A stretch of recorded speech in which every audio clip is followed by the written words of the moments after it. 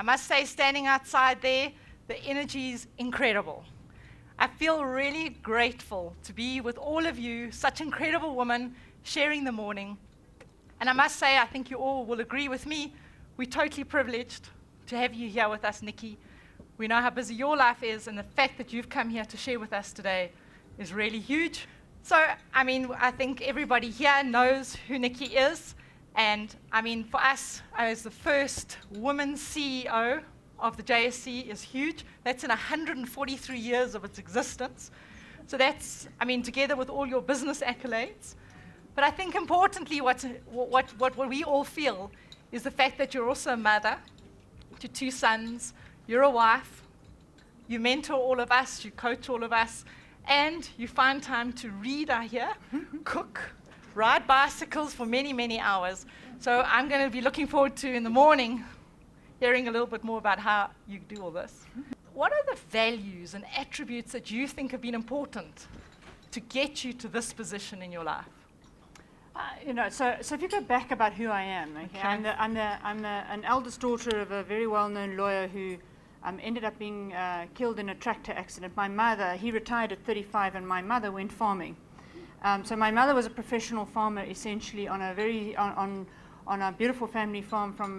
So most of my life, I knew about women who worked hard, women who had a right to negotiate. And so good role models. Good role model.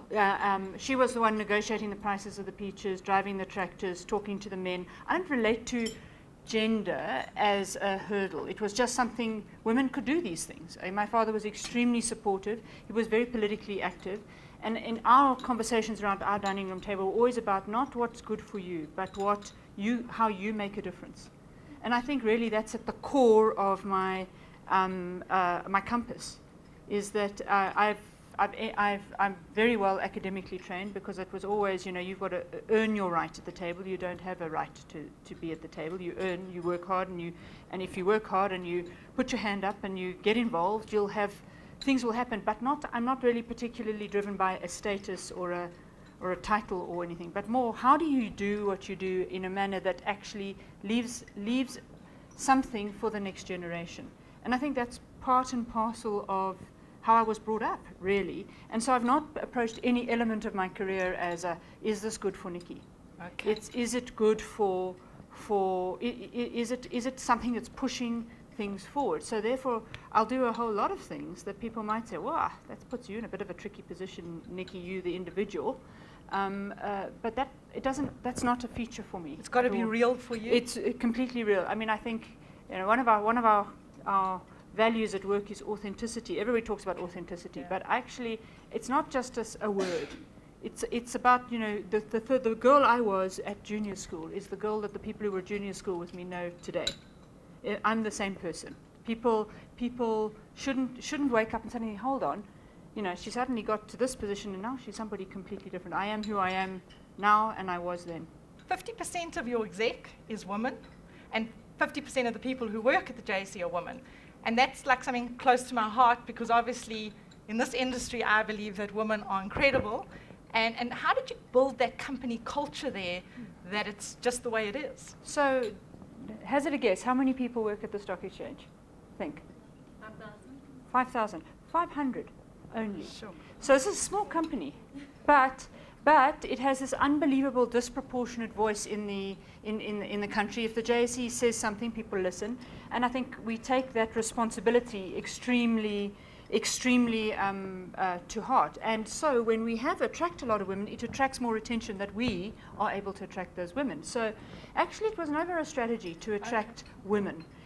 It was definitely the strategy, I've been there for 20 years now, to diversify our staff base. When I joined, it was, I would say, pale male and superannuated. Most people didn't have degrees, because a stock exchange of old was really like a well-developed men's club. And the stock exchange today is world class. You probably don't get in our door, even as a PA, unless you have 2 degrees. You are at the top end of the gene pool from an intellectual perspective, and we make no apologies for that. I wanted to know from you how you look at mentorship, and if you've got any advice for us of how to make it sustainable. Because again, we can come up with all these brilliant ideas, but how's it sustainable? So, I don't know if I have the wisdom, but there are a couple of things. I mean, firstly, I think as you climb a ladder, you have a responsibility to make it easier for other people to follow. I think the concept of it's so tough when you're at the top, and it is tough when you're at the top, and it's lonely when you're at the top, that you suddenly draw up the ladder, even metaphorically, because you don't take the calls, but women who just would like to have an event like this or whatever. I think you have a responsibility when you're at the top to be able to let people have a sense of what it is like, because it's aspirational. So we're all aspirational, actually. There are people at university who would love just to have a moment with you, a coffee with you, or do you know what I mean? So I will often do talks at university on the JSE, for instance, and I'll get inundated afterwards with a number of men who want to know about whether they can come and work and do academic stuff with us, which is fantastic, and a number of women who ask the same question, but a lot of the questions are just like, it's just so nice to see that you can talk competently in this space and that people can flourish in this space. So just being out there is in itself aspirational. But of course, mentorship, there are very formal forms of mentorship, and I find that quite tricky, because that's a very, it takes a lot, personally. If you're going to properly mentor, as opposed to being available and aspirational, I find proper mentorship requires a real commitment. So if you do that, and it's a fantastic thing, you have to really properly commit to doing that. But these sorts of events are also important, because what it does is it fills people with energy. Now, I don't think you can have it all. I think you make choices. Tracy and my son go together to school, and for years the school never actually knew that I was my son's daughter. Mother. God, mother, what? You can see what a week it's been. Because we have different surnames.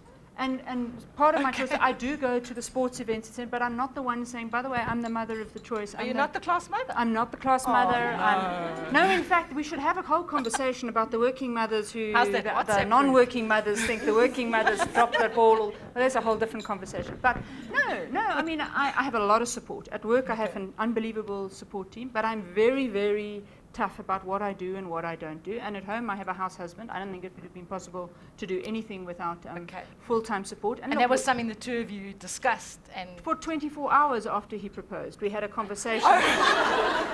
So you see, you've got to get it right from the beginning, not 20 years later. Our problem is we all try and do it 20 years later after no, we're you married. Can't do that. That's before you get married. No.